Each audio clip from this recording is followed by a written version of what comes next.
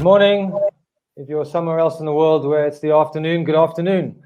Welcome to the first session of the Craft Cannabis Summit. I just want to thank everybody who's been involved in pulling this together. It's been a lot of work. Over the next 2 days, there are going to be 9 summits, 9 sessions. Every session you can log in using the same login that you've used today. We have some amazing speakers from all over the world, across Africa. So we should have some great topics and some great conversation. I just want to say a big thank you to our sponsors. Without them, this wouldn't be possible. Our headline sponsors, Druid Gardens and Grow in Africa, and all the people that have got behind us and supported this. We're coming to you live today from our campus. We're opening a campus at the end of next month in Johannesburg. And so we're actually live from that space at the moment. We run a company called the Cheeba Cannabis Academy, where we educate people about cannabis and upskill people, which is desperately needed for our industry to come online properly. So without further ado, let's get into things. First of all, we're going to start, who needs no real introduction, with Myrtle Clarke. I'm very proud to have as the first person to speak on the summit. Myrtle is well known to the industry and has certainly earned her stripes and put a lot of time, effort, energy, and passion into trying to move this forward. So we owe a great deal to her and her team at Fields of Green for All. Myrtle, how are you doing? Hello, Trenton. All the better for being here with you lovely people. Thank you so much for taking time out to be with us today. So I just want to get straight into it. You know, like we're all excited about the industry. The industry is moving forward in leaps and bounds. There are obviously challenges. In many ways, it's not moving forward fast enough. But from your perspective, from someone who's really been involved since the very, very beginning and seen all kinds of iterations of where it's at, where do you think the industry's at right now, and what are the things that we need to do to move it forward? So what's your perspective, and how do you feel about where things are at? I think where things are at is a very exciting place.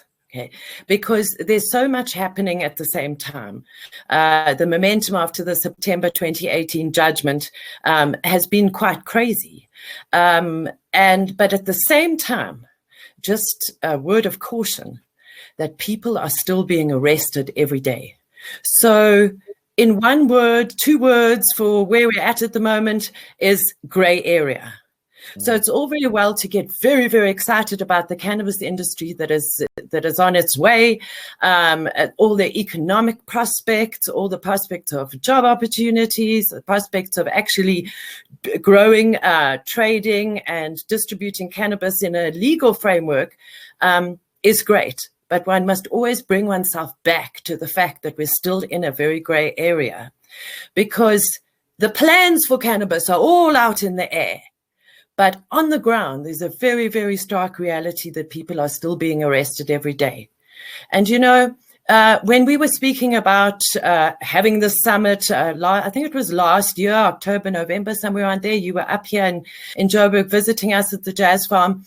And you said to me, you asked me a very pertinent question. You said to me, what will be the relevance of Fields of Green for All going forward? And I think, you know, it's all in the name. Because this is Fields of Green for All.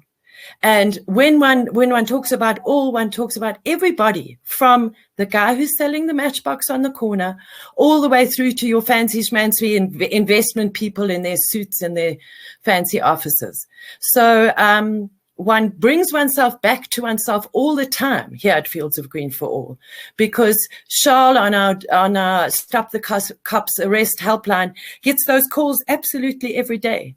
So to answer your question of what the relevance of Fields of Green for All is we're here as the voice of reason. We're here not to shoot people down all the time, but to just bring people back to the reality of what is happening in South Africa, and not to oversell cannabis, to make sure that we are including absolutely everybody on the way forward. So I want to talk 2 things there. You know, you said oversell cannabis. There's this whole thing about the green rush, you know, and you know, about, you know, people making quick money, and it's a quick wins. You know, my personal opinion is that there certainly is an incredible opportunity for this industry, but it isn't a quick fix, and it isn't a green rush. It's going to take time. There are legislation challenges. We still have to educate our populace how to do this on scale. What do you think about the term green rush? How does that make you feel? I think it's over idealistic, because when you're in the position that we are and we're actually suing the government, I think of one of our first meetings with our first legal team, and Jules and I saying to the first advocate, oh yeah, no, we'll get this done in 2 years.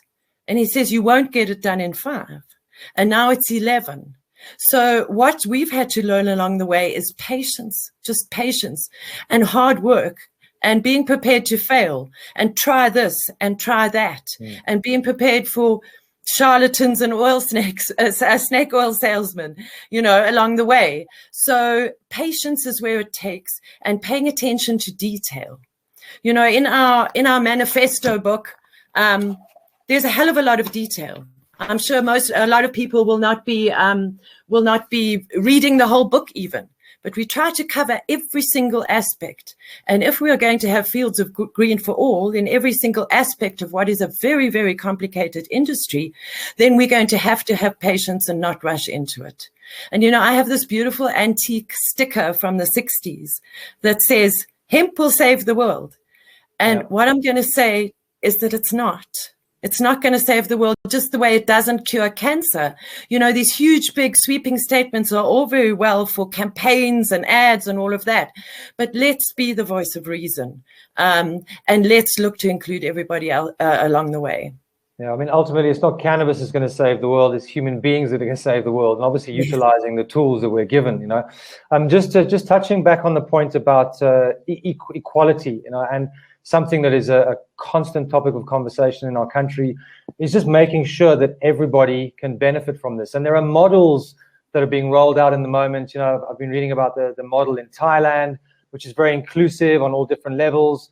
Obviously, if you're looking at the more sort of westernized models, they're very different, but then they have a very different sort of ecosystem. How do we do that? How do we make sure that people on the ground can also benefit, can also trade in cannabis? Is there briefly a model that can work?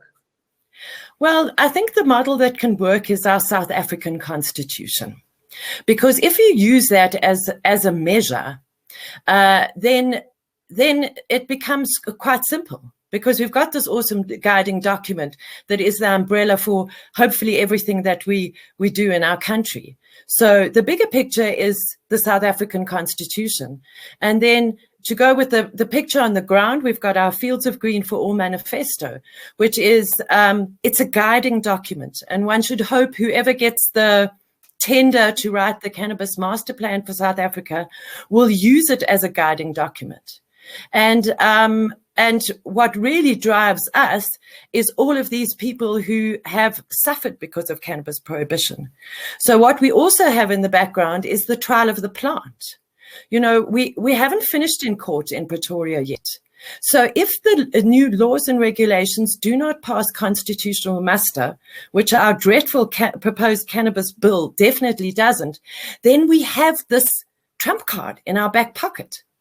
Myself and our one remaining plaintiff will go straight back to Pretoria and make sure. But it's not really fair to expect civil society to have to bear the brunt of the cost of another trial. So one would hope that they would have some sort of Dacha commission, because at the end of the day, the evidence has not been heard. It is not. What are the guiding principles of our new laws and regulations? We don't know yet. So that's why we want to be the voice of reason at Fields of Green for All, and pull ourselves back to, firstly, the South African Constitution. Remember that we've still got the trial of the plant. Remember that we've got lots and lots of people that are still being persecuted under a prohibitive system. It's not been decriminalized. So I think that having laws and regulations that are based on very, very solid guiding principles is very, very important. Yeah, I totally agree. Myrtle, thanks so much for your time. And as we always say, you have done so much for this industry, and we are eternally grateful. Without you, we wouldn't be where we are. And we just want the industry to really pull together, collaborate, and push this forward. And as you say, patience. We do need to push, because things do need to happen. But things do need to be done properly. So thank you for your time, and I will see you soon. Thank you, Trenton. And we'll see you tonight on the Hot Box Show at 7 o'clock. And I would just like to give a big shout out to my Fields of Green for All team and the Hot Box Show team. I wouldn't be able to do it without them. Amazing. Thanks. Teamwork makes the dream work. Totally. Cool. Thanks. Love you all. Thank you. Bye. Take care. Ciao. Cool, guys. We're going to get some of our guests into the room. While we wait, just to check on what sessions are happening over the next few days. You can pick and choose whichever ones you want. You can basically use the same link that you have to join those. So there's all kinds of things happening over the next few days. We have an open day on our campus on Saturday. If you'd like to come down and see the facility, we have accommodation for 190 students, swimming pools, wild monkeys. Really is a beautiful space, and we're hoping it becomes one of the premium education places for cannabis across the continent. So our guests joining us today, they are on their way. We have Sibusiso Xaba from ACA Group, John Kagai, who's from New Frontier Data, we have Vish Sharman from SANM, and Cliff Giesenau, who's from Silverleaf Investments. They're going to join us, and we're going to unpack the industry and just sort of go through a bit of a SWOT analysis, one of the strengths and the weaknesses. There's this talk about this master plan at the moment, which has only come out recently, which is, I find personally a little bit ironic, considering we've been having conversations around cannabis for a long time now.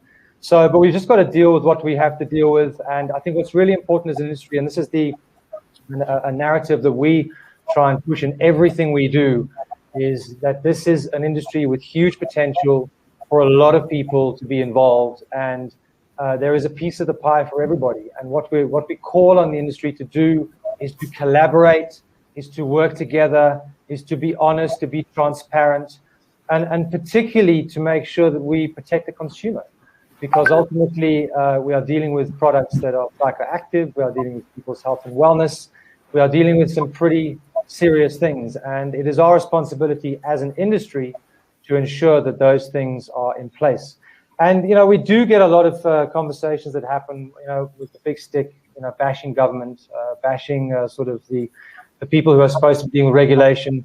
And yes, we do need them to do more, but we also as an industry need to mobilize and need to formalize and need to regulate ourselves to make their lives easier. Cool, guys. I think we've come into the room. So if you guys just want to switch on your microphones, we can get cracking. There's a poll that's just run. What is the primary barrier to the industry moving forward? So in this interesting, we've got public perception is 18%. Government regulators, 74, 75%, swinging backwards and forwards, and then industry education. So I think all of those things are incredibly valid. Guys, are you there? I can see that you've entered the room. I just want to switch on your cameras. And there we go. Sibs, how's it? John, how's it? Yeah. Hey. How are you doing? Hey, Trent, very good. And you? Good, we're all good, all good. We're just waiting for two more. I think let's just keep the pace going. So, John, if you could start by maybe just introducing yourself, and then we'll move to Sibs. Great. Thank you very much, Trenton, and to the whole Cheeba team for organizing this conference. Really, really excited to be a part of this conversation we're about to have. My name is John Kadia, and I am the Chief Knowledge Officer with New Frontier Data. And for those of you who might not know, New Frontier is a cannabis research, data, and analytic firm. We're focused exclusively on the evolution of the legal cannabis industry. We work with governments, policy stakeholders, investors, business owners, and other kind of industries that are being impacted by cannabis to help them understand and to provide the research and insight on both where the cannabis industry is today and where it is going. So in my capacity as the Chief Knowledge Officer, I've been leading the team that's been producing and publishing all of the work that we have been doing on this industry, both in the US and globally over the past 6.5 years. Great, thanks, John. And you're coming to us live from Nairobi, Kenya today, although you're sort of based between there and Washington. So thanks for joining us. Sibs, all the way live from JHB. Just give us a quick intro about who you are. Oh, Sibs seems to have frozen. Right, Cliff, we'll switch to you. Thanks, Trenton, and the whole Cheeba team. I must tell you, I've really been looking forward to this event, and I appreciate the opportunity to participate and through Lifolo to be a sponsor of this session. I'm actually wearing two hats today as we look at and discuss the value chain. The first is as an entrepreneur in the trenches. I've invested significant time, money, and effort over the last 3 years. I'm full-time in this fledgling industry. I'm producing products, I'm building brands, as well as building channel to market for those brands. The second hat that I'm wearing is as a representative, as you said, of Silverleaf Investments, which is a brand new cannabis-focused investment fund that we launched last month. We've basically formed this as an entry point for investors who have financial resources and who want to get involved in or support the industry, but they don't know about or have access to the right opportunities. And myself and my fellow CEO, Mr. Pierre van Hoven, who's also been in the industry for a while, we have access to a lot of these opportunities and we're aware of them, coming across them all the time. And we came up with this concept of a fund because we felt that it was necessary. And we wrapped the fund in a tax-efficient 12J structure, just to make it more enticing for people or investors to put their money into the fund where they would have paid tax. They can now use that tax money through the 12-day structure to invest in the fund as an entry point. Unfortunately, as of the budget speech announcement yesterday, that's no longer an option going forward because there is a sunset clause on that. So that comes to an end in the 2022 financial year. So anybody who does want to invest, and this is a small punt, obviously now is a very good time. We've got literally 2 days. This is the tax year. Once we've raised money in that fund over the next few days and weeks, the fund will be a great place for businesses to go for potential investment because the institutional investors are just not there yet. The industry is too early. And the 3 Fs only go so far. And by the 3 Fs, I mean friends, family, and fools. Those funds can only take the small businesses so far. So as I said, I'm very excited to be here. I'm a serial entrepreneur, and I love to see exciting things happen in the world and to be at the birth of another new industry. Right, I think your fund is amazing news for the industry. And what I think is also really good about it is, it's being headed up by 2 sort of cannabis people who understand the industry, because that is the big issue at the moment. Is from a financial perspective, a lot of investors want to get into the markets, but because of legislation and some of the challenges and it being previously prohibited, there's a nervousness to that. So I think you guys are bridging that gap between those 2 worlds very nicely. So thanks for joining us, Cliff. Sibs, over to you. Hey, Trent. Thanks so much for a great event today. Really excited to be part of the panel and look forward to the next couple of days and sessions. By way of introduction, I'm the co-founder and CEO of ACA Group, or Africa Cannabis Advisory Group. We're a specialized cannabis services provider that works with a whole host of stakeholders on the African continent, including governments, corporates, startups, institutions, and basically our mission is to facilitate the successful commercialization of the cannabis industry in Africa. We offer a couple of services, namely strategy support and development, investor readiness and capital raising, as well as global sales and distribution. And we're affiliated with an international service provider based in the US called Global Go, which is co-founded and chaired by Paul Rosen, who was the former CEO and founder of a company called Cronus Group, which is one of the leading global cannabis companies in the world now. So thanks so much, Trent. Great to be here. Great, thanks, Sibs. Fish, perfect timing. We're just about across to you, so if you could just give us a quick, brief intro of who you are. Hi, everyone. Sorry about the connection issues that we had. I'm Vish. I'm from Botswana. I studied dentistry, so from a medical background, so to speak. And outside of that, yeah, we've been the first company in Botswana through a company known as Southern African Natural Medicine, who have pushed through the legalization process using South Africa as a model, as the first African country to really legalize properly as a neighbor. And along the process, yeah, we've managed to get very, very close to the point where regulations would officially be passed in Parliament from the industry perspective. Great, thanks for joining us, guys. I really appreciate your time. So let's get straight into the topic. I want to look at the sort of value chain, and then from that assess where our strengths and weaknesses are. So, Cliff, maybe you could just give us a bit of insight into the sort of value chain from a cannabis perspective, and then we can move on to some of the strengths and challenges. Yeah, so look, it's an interesting value chain. It's not very complicated. Obviously, it starts with the plants in the ground, and cultivation is key. Without plants in the ground, and I really encourage the industry and obviously legislation allowing it, for us to get plants in the ground as quickly as possible. Because the minute we have, and just to borrow from Myrtle's organization, the minute we have fields of green all over the country, we can start to process those plants into the value chain, into manufacturing, get textiles, get food, get products out there. It's already happening in terms of CBD, but the supply chain and the value chain is long. We're importing CBD. I need to produce a product, for the local market and export. We should be producing the CBD here locally. So the value chain really consists of primarily cultivation, plants in the ground. Then it's a question of testing those plants, and obviously we'll unpack this a little bit later, but testing can be a bottleneck. So if guys can't check their cannabinoid levels quickly and with labs that are certified internationally, it'll cause bottlenecks. We've seen it happening in Lesotho. They can't export product because the lab that they had it tested at is not certified. It then takes a month or so to go overseas and get tested, and before they can actually export product. So testing labs can be a critical bottleneck.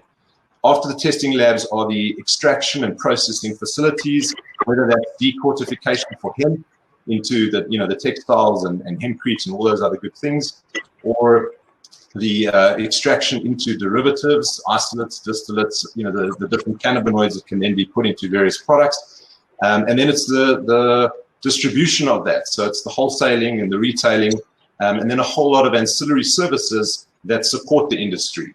And it's actually unbelievable how many support services the industry has. If you look at the US and the more mature markets, they break it up into plant-touching businesses and those that are supportive of those. It's everything from transport to data analysis, security, insurance. I mean, I've come across somebody recently who's insuring businesses in the cannabis industry. So there are lots of other industries that it touches on that are supportive of the value chain. So that's it in a summarized nutshell. Great, thanks for that. Guys, if I could just ask you to mute your mics while you're not speaking. It just there's a bit of background noise coming in. Thanks so much. Sib, so that's the sort of overview of the value chain. One thing we know we're good at is growing. I think we all know in South Africa that we've already been growing for a long time. We have the skills. We don't necessarily have the sort of GMP facilities on scale yet. So apart from growing, which we know we can do, where are some of the challenges in that middle section? So do we need more labs? Do we need more extraction facilities? How do we finance that? Maybe you could talk about that sort of section of the value chain. Sure. Thanks, Trent. So what I would say is that there is certainly a disproportionate amount of focus on cultivation in the industry in general. The perception is almost as though cannabis is growing cannabis, and that is the industry. But I think as Cliff kind of highlighted, it's a lot more involved and a lot broader than that. So at ACA Group, we engage with a whole host of operators, participants, many people new to the industry, trying to enter the industry. And, sort of our first conversation is kind of this download to say that, cultivation is great, and I think there's definitely an opportunity there, but there's a need for a whole ecosystem around cultivation to allow for the development of the industry. So I'd say first and foremost, I think something that really has to sort of be championed is this education around the rest of what cannabis is and some of the activities around cultivation. So processing, extraction, formulation, developing brands, and so forth, being just a few of them.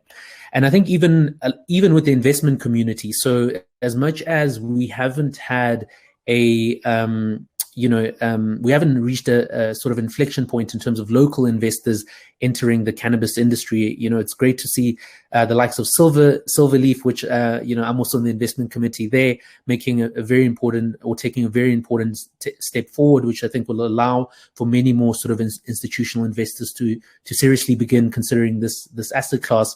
But I think there's also an education process that has to happen with investors who also are of the view that this is a cultivation industry.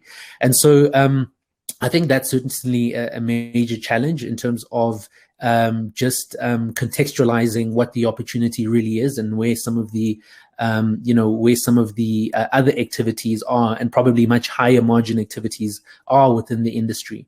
And also, I think something as simple as developing brands or telling stories is one area where we really have a strong conviction in terms of the value chain in South Africa, but I think broadly in Africa, because we do, as a continent, have a rich history with the plant.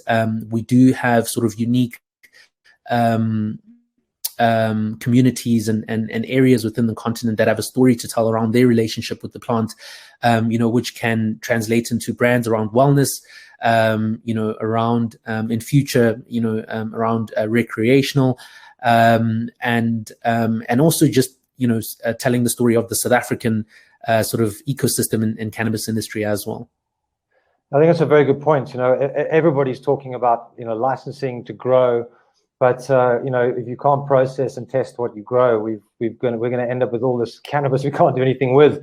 There's also because of the licensing being tied into offtake agreements, there's this obsession with having to export. Understandably, if you're putting a lot of money into a GMP facility, but ultimately we need to really create a local market where we can trade locally. As Cliff mentioned earlier, it's so counterintuitive to be importing CBD. A lot of people are importing the isolate, and then we're basically importing the raw goods, which makes no sense. John, from an African perspective, we know we've got the sunshine, we know we've got the fertile soil, we know we've got the sort of cost-effective labor force. The challenge is that while we have those, and those are to our advantage at the moment, as technology is developing in the West, and the cost for production is coming down, our competitive edge has the potential to be eroded. What do you think we need to do to fulfill those gaps and to make sure that we can keep competitive? I think your mic is on mute, John. As being a very compliant panelist. There we go. Thank you. And a really important one, because this, I think, cuts to the heart of foundationally what the African industry needs to do, given where we currently are. And I think both Cliff and Sims mentioned this, which is education. So I think there's two parts to it. One is helping interested stakeholders understand the spectrum of opportunities that cannabis represents, and too much focus on cultivation only, without one understanding that there's phenomenal opportunity as you move up the value chain, both in terms of kind of new business opportunities, but also in terms of increasing the rates of return for the finished goods. But also, too, education in terms of technical expertise, technical training. And I'll give one example, just focusing on testing as an illustration. We just did a study with one of the, with Emerald Scientific, a company that does cannabis lab testing certification. They're working in about a dozen countries around the world. And because the cannabis product environment has evolved so dramatically, when they first started doing the testing, it was just focused on testing for CBD and THC. So basically just testing for potency, and a bit of testing around kind of pesticides, maybe heavy metals. They're now testing for nearly 24 different compounds or analytes within cannabis, ranging from the heavy metals, the minor cannabinoids, the building tests for terpenes and flavonoids. This testing is important is because these kind of myriad compounds that make up cannabis are becoming increasingly valuable as we look particularly at the value-added aspect of the market. So if 10 years ago, the overwhelming proportion of cannabis sales were just for flower, In the North American markets now, it's 50% flower and 50% value-added products, whether those are extracts, concentrates, edibles, topicals, etc. And so if this is the way in which the global market is moving, as consumers are responding really positively to the emergence of these value-added products, the Cannabis 2.0 products, as Canadians would call them, it's critical that we start kind of building that technical know-how, both on how to produce them, as well as how to build kind of competitive and differentiated advantages in how we're developing those products in the continent. If we hang our shingle on being the world's low-cost grower, not only are we going to see tremendous competition from Latin America, from the hyper-efficient, some of the hyper-efficient, say, Canadian producers, and places like Thailand, which are looking to build some phenomenally high-capacity facilities. But it also means that we're missing out a really significant opportunity to get a seat at the table on the value-added product side, which is where the real money is going to be made moving forward. If the flower is going to be commoditized, we really do need to start thinking about not only producing high-quality flower that can meet European GMP standards and fit in with that market, but also how to build those value-added products here, so that the revenue from that value addition is being kept on the continent rather than being made in Europe or in North America. Yeah, absolutely. Vish, coming to you, just can you give us a bit of insight into the market you're in and some of the sort of challenges that you have there in terms of what the supply chain is and what areas you need work? Is it consistent with what the other panelists are saying, or is it quite unique?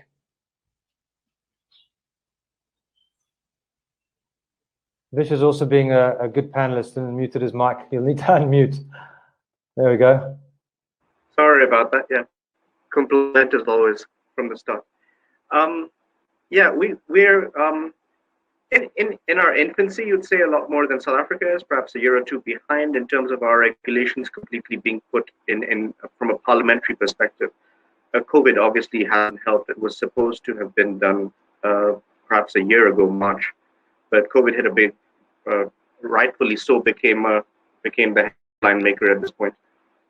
If we look at the value chain, I completely agree with all the other panelists, is that people are really ultra focusing on growing cannabis or becoming very centric towards the plant itself, which, yes, I agree is the entire foundation of the exercise, but the value adds that are going to happen as you vertically integrate this chain from marketing, from all of those other perspectives will be mandatory. And we do not have that infrastructure over here, to be fair. A lot of like labor, you cannot match things like China, the Southeast Asian belt that produces the kind of products that add at the end that will set you apart later down the line, apart from the quality of your flower. So we definitely need to invest in that part. And from a testing perspective, testing is again in its infancy.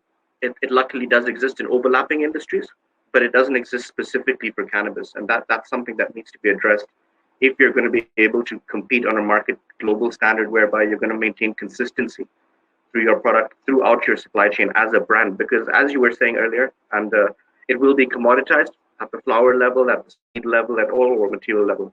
But what will set you apart is your ability to produce consistent branded product that appeals to the customer, the end customer at the end. So that's part of the industry that people really need to focus on for me. Outside of that, from a Botswana standpoint, we are smaller than South Africa, but we do have a lot of land and good fertile land. So it does put us in an advantageous situation when it comes to the actual raw material aspect of it. But again, being landlocked creates another situation for us, because now getting our product out from a truly export perspective requires your neighboring countries to also be on board. So that's a unique logistical issue for us. So the quicker South Africa gets their aspects in order, the quicker we can even potentially then piggyback off South Africa for a distribution perspective of getting the product out not only into South Africa, but out past that into the export market.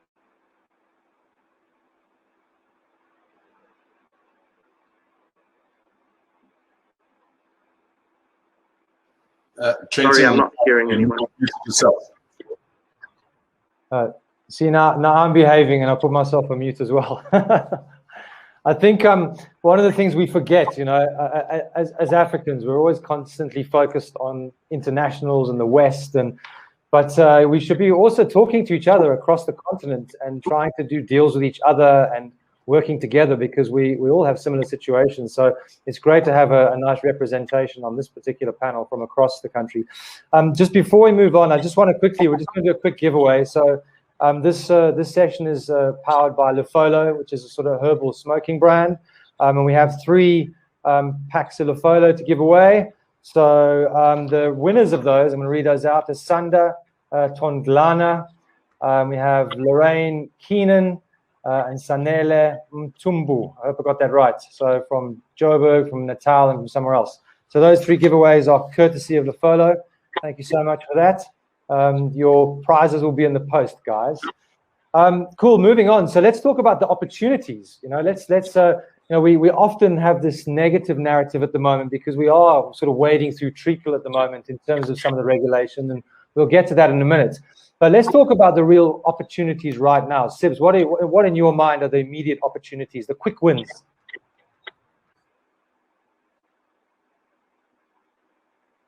Sibs? There we go. No, I think there's way too much compliance in this panel.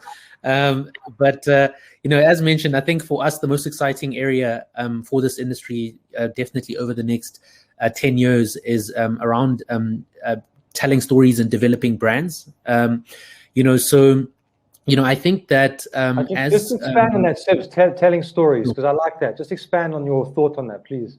Sure. So I think, you know, for example, I'm originally from Eswatini, Swaziland, which, you know, is very famous for very, very high THC strains of cannabis, Swazi Gold being the most famous one. You know, a rich history with the plant. You know, my village where I'm from, Hlosheni, there's I don't know how many of the people I grew up with, education was funded through selling cannabis in the illicit market. You know, there's people that I go back and it really was the means for them to actually you know, to actually sort of get an education, be able to support their families and so forth. And so, you know, over the next 10 years, you know, I think there will be a global shift towards an acceptance of recreational cannabis in some shape or form. And, you know, my community in Eswatini, I think, has got a very, very compelling story to tell around that village and around how cannabis has, you know, has been transformative. And so, you know, it's one example out of many, many communities across the continent, in the Eastern Cape in South Africa, you know, a number of communities in West Africa and so forth, where there's a compelling story to share with the world and a product to match that story. You know, and I think that, yeah. Sorry? And original stories that people globally have never heard before. We know them, but the world doesn't, you know? Exactly. You know, and I think that's one example, but on the brand side, as I've mentioned, I think that there's you know, there are also unique sort of strains and sort of unique sort of experiences in the African context that can be shared not only locally but internationally, which I think can offer a platform for African sort of products to stand out in a global context. And I think that's something that we really need to strive for in a sort of environment that's ever competitive, but where we do have such unique sort of characteristic strains, as stories, backgrounds that can stand out in a very noisy space.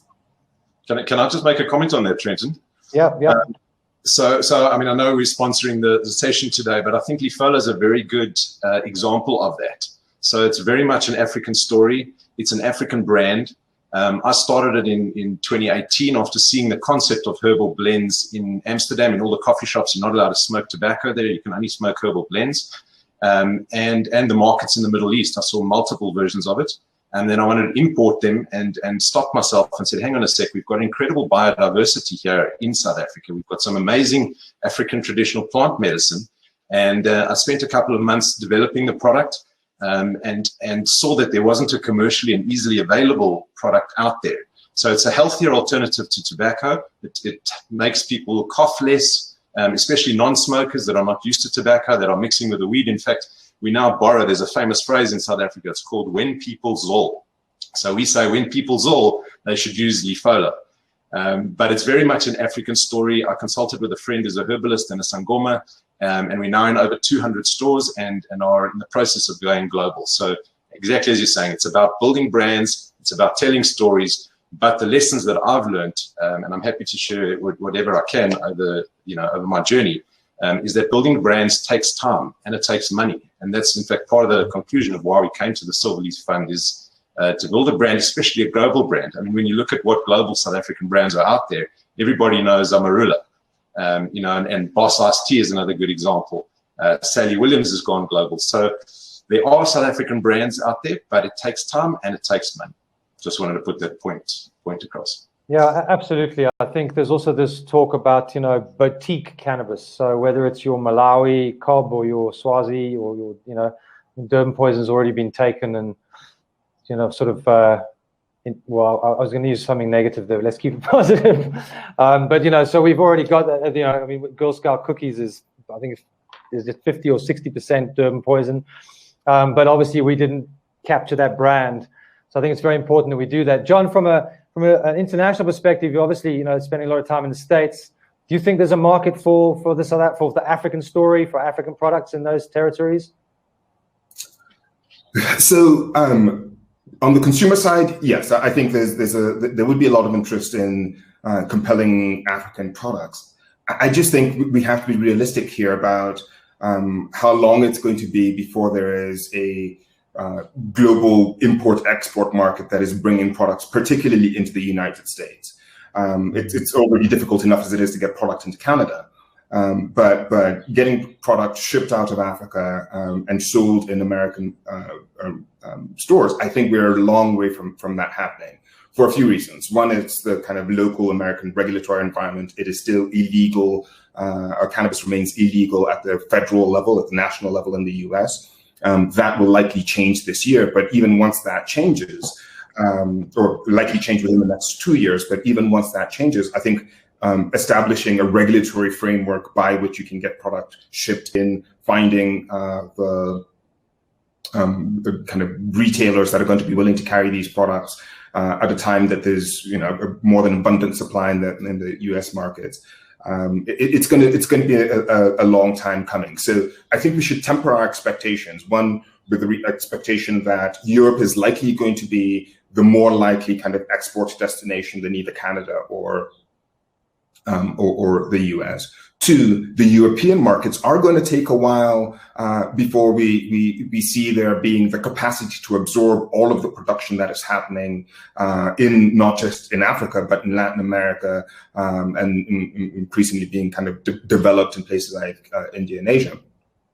And so it brings me to kind of the point I wanted to make about the opportunity. I think first and foremost, we've got to be thinking about how to develop particularly a medical cannabis market for Africans. The international opportunity is going to emerge, but if we are focused solely on building product for export, it raises two questions. If this product is good enough to serve the North Americans and the Europeans and the Asians and the Australians, why is it not good enough for Africans? Two, we are facing an acute healthcare crisis on the continent.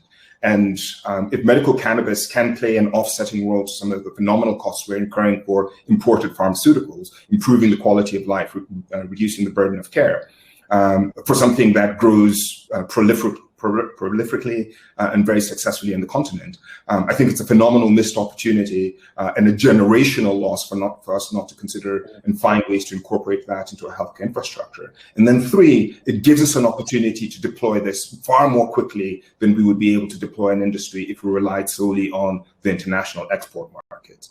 As Sibs mentioned, there's already a phenomenal amount of production happening, not just in Southern Africa, but across the eastern regions deep into West Africa.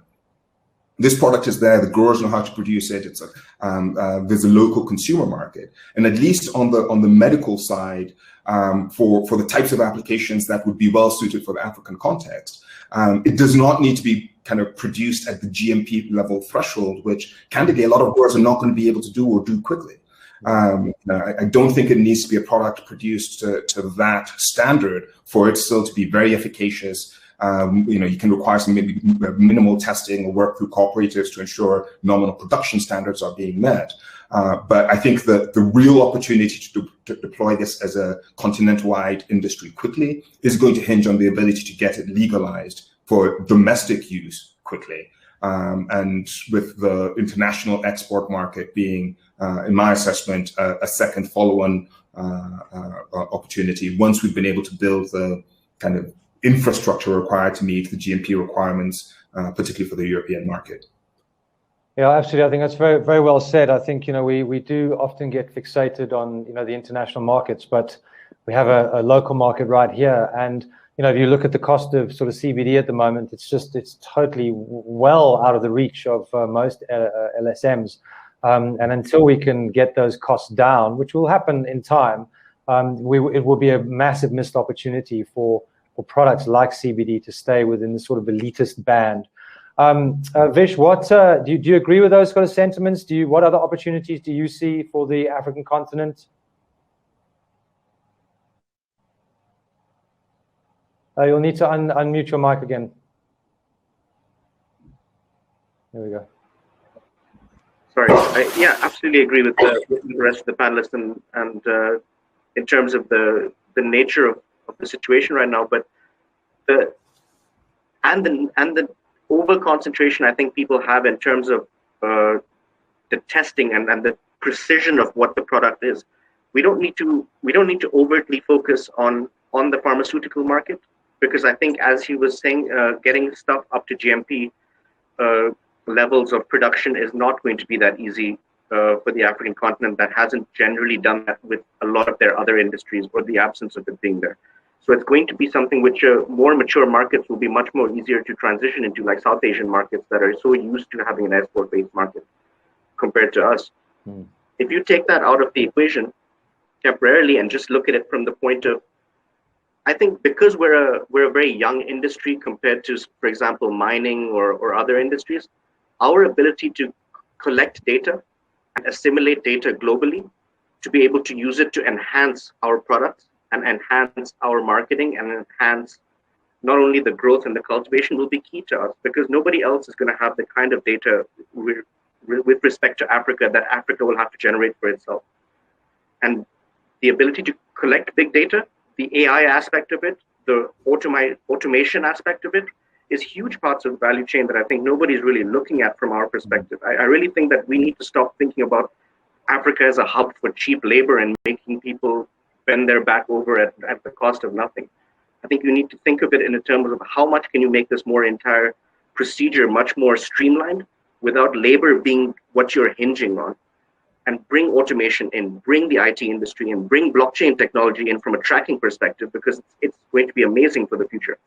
And incorporate those in now when you're starting in the market, instead of waiting too far later when you're catching up with other tech giants around the world who have made their systems more streamlined and efficient. I think that's a very important point, to learn from what's happening overseas and put these things in place immediately, because we have that opportunity to learn from the mistakes that other countries have made and implement those and not make the same mistakes. So while I do think, that this is a totally unique continent and it's not a cut and paste situation, we learn from other people's mistakes, and then we take those models and those learnings and we work them into our own environment. Cliff, just moving on from the sort of brand story, where do you think the sort of other opportunities, apart from sort of exporting our brand story, lie at the moment on the continent? Trenton, I think it's the most critical question, and I think there's so much focus on the health and wellness and on the CBD snake oil, and I'm seeing a lot of activity, and there is a lot of noise in terms of brands and in terms of products out there, because the barriers to entry are pretty low. No one can make this in one's kitchen. I think where the focus should be more is on the hemp side of things and on feeding our people and on clothing our people and on housing our people. I don't hear enough talk about hempcrete and about processing the hemp. So we've got all these fields. Now it has to be processed into something that can be used by the entire value chain, and biofuel is another big one. Seeds as food. I don't hear enough people talking about processing hemp seed oil. It's very, very expensive. If you go now into a store, it costs twice the price of any other oil. Why? It's loaded with omega-3s, omega-6s, and if we're growing, if we're growing the hemp on scale, it should be a very, very cheap source of food. But then, it's not the sexy side of it, as I say. So I think there's a lot of opportunity in the hemp space, and I'm under the understanding that it's going to be declared an agro crop very soon, in which case we can be cultivating it everywhere and turning it into, even car parts as an example. We are importing car parts, the inside panels into East London where the cars are being produced. That should be made locally, but it isn't the sexy side of it and isn't the psychoactive side of it. And I understand that there's an opportunity also at that level, and that these Dacha private clubs that are coming up, it's a great start to commercializing the industry, and it's once again us forcing the government to act. But I think we need to look broadly at what the opportunities are with this plant. I think you're right. I think the non-sexy stuff, for want of a better word, is often forgotten about. Hemp is an industry in itself, and we need to progress more in those spaces. John, do you think there's, from an opportunity perspective, collaboration between African countries? Do you think there's an opportunity there? I do, and actually want to dovetail that question with what Cliff has just said, because I think it's a critically important point. We know that the THC market, the marijuana, for lack of a better descriptor, market is going to be massive. We actually think the hemp opportunity is going to be a magnitude order larger than that. So it may not have the glamour of the THC side, but in terms of a future opportunity, I think it is going to be phenomenally lucrative once all of the applications for which hemp can be used start being deployed. We often talked about hemp being the most versatile crop in our agricultural economy. We barely scratched the surface of all of the ways in which hemp can be deployed. And I think Cliff has outlined some really compelling ones. Where I think to your question around kind of opportunities for transcontinental collaboration, one of the things that, given how much it costs to set up processing capacity, and the fact that it is both expensive and resource intensive, one of the things I anticipate that we will likely start seeing is the formation of regional processing hubs, whether that's for oils, for grain, for fibers, for biofuels. So having biomass shipped to centralized processing centers, and this may be happening either within a country where most of the input from that country is being shipped to a single or a few locations, or whether if in smaller, more geographically close countries, having one country be the processing hub for the region.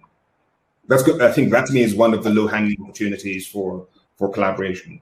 Second, and I think this is a continent-wide opportunity. We as a global society are about to have a major conversation and start really pushing a lot of initiatives related to mitigating the effects of climate change. And I think hemp is uniquely well positioned to play a contributing role to helping draw down our particularly fossil fuel use and moving toward a more sustainable economy. And so given that there's a lot of climate change impacts that are going to be felt uniquely on this continent, I think there's a lot of opportunity to create kind of continent-wide collaboration working groups to explore ways in which the plant can be used to help mitigate and provide alternative solutions to many of the existing kind of approaches that we're taking that creates a benefit for all. I think that's much easier to do regulatorily with hemp than it is to do with high THC cannabis. And I think the impact of those solutions when developed can really help advance some positive developments for the region.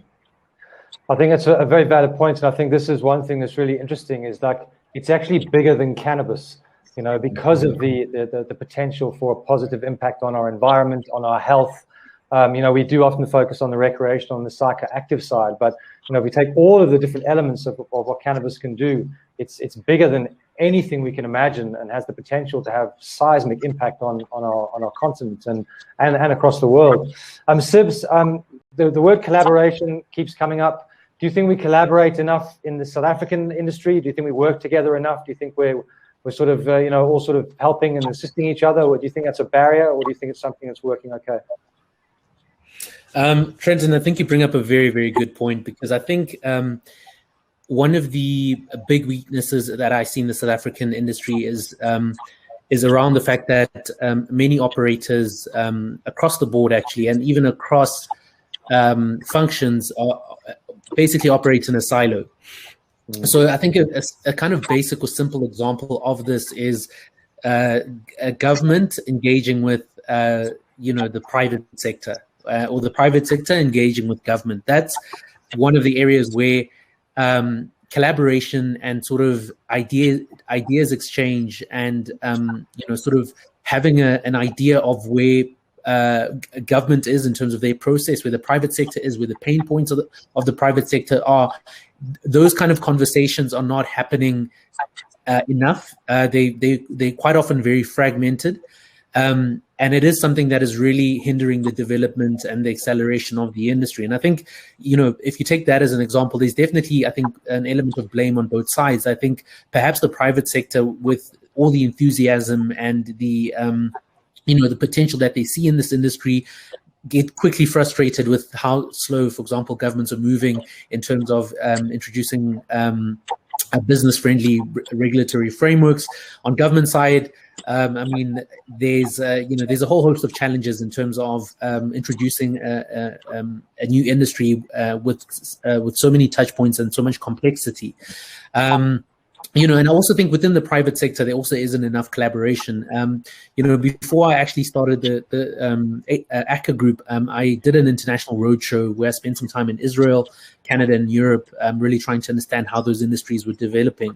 And I think there was a stark contrast in how open and fluid information exchange was in some of these international markets versus the South African context, which I think is a function of some issues, such as kind of a slow sort of progression on sort of government side, but it's nonetheless something that I think can really help expedite sort of development of this industry and sort of ensure that at a holistic level or at a macro level, the industry really starts to take strides instead of taking steps.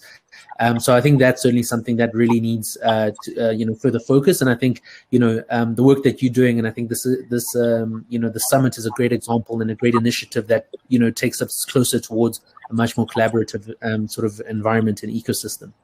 Thanks, yeah. Thank you for that. I think it is a threat, but again, it's an opportunity for us to collaborate more as an industry. So if we can flip that into something more positive, I think it can definitely move forward. We're running out of time, so I just want a quick soundbite from each of you. Vish, if you could start. What if you were to pick one thing that you think could help move this industry forward in a more sort of constructive and fast way, for want of a better word? What would that one thing be? And I know I might be putting you on the spot, so if we need to come back to you, that's okay. But is there one thing that you could think that you would like to happen to move things forward? I can't stress more on exactly what was said earlier in terms of collaboration, especially between the private sector and the government regulated bodies, because absolutely no reason for us not to be able to work together as people on the same playing field, as opposed to somebody trying to be hierarchically better than us from the regulatory perspective, and then slowing the entire process down without treating the private sector like as much of a stakeholder as they are. They somehow feel at some level that there is a frictious nature in which information is shared, and almost, as he said, we just don't do it with as much lubrication as the rest of the world does in any facet of life, and I'm talking about. I think it's a health perspective. Yeah, I think it's or the industrial perspective. If we can get rid of that, I think it will really. I absolutely agree. I think it's a developing economy hang up. because people think short term as opposed to long term, and ultimately this is about long term. John, quickly, let's come to you. Do your homework, both to understand the trajectory of where this industry is going. Where we are today is not where we're going to be 5 or 10 years from now. So plan for where the industry is going, not where it currently is. And then 2, look beyond cultivation.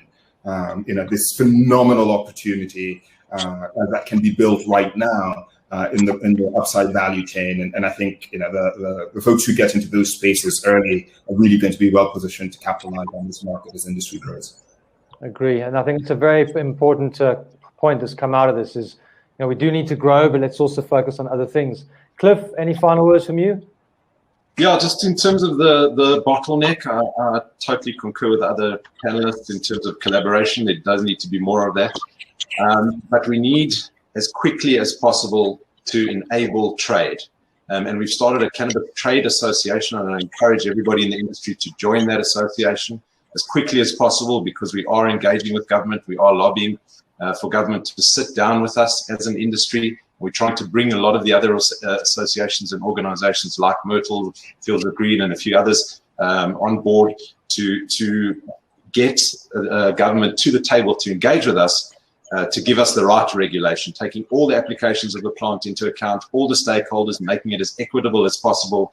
The South African situation demands holistic cannabis laws that enable and empower across our economy at all levels. We've already got bioprospecting regulatory frameworks. Why don't we just borrow from those? We've got tobacco and alcohol laws. Let's fast track a lot of this. And this master plan, I know you wanted to chat about that.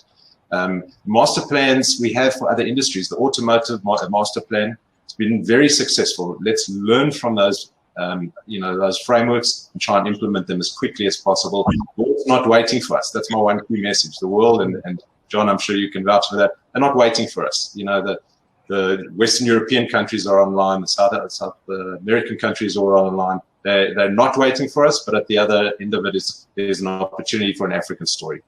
Yeah, absolutely. Thanks. Well put. Sibs, quick one from you. Apart from what you've already spoken about, any last things you think that we need to do?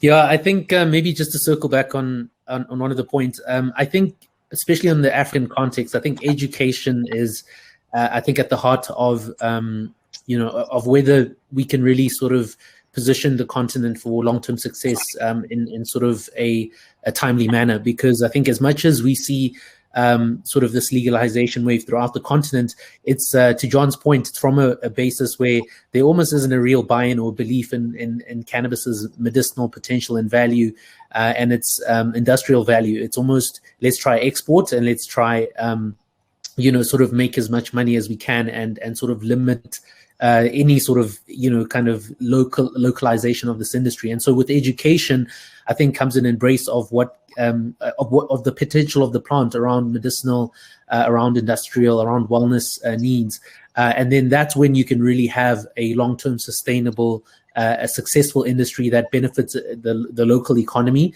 and then creates a platform for international success in terms of R&D, learning, and sort of extracting what the local sort of illicit market already has in a lot of the IP and so forth as well.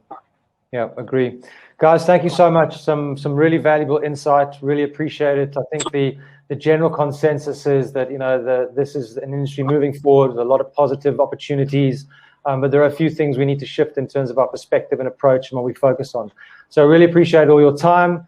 Guys, if you've joined us for this whole summit, we've got at 2:00, we've got a session on unpacking cannabis clubs, which is a sort of controversy around at the moment. So we'll unpack how they work and the ins and outs of those. There's a session on hemp as well. There's all kinds of sessions happening over the next few days. So just check our website for details.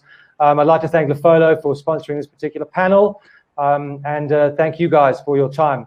Let's take this industry forward and let's build it and let's make our mark on the global cannabis economy. Right, take care. Have a good day. Cheers. Pleasure. Bye-bye.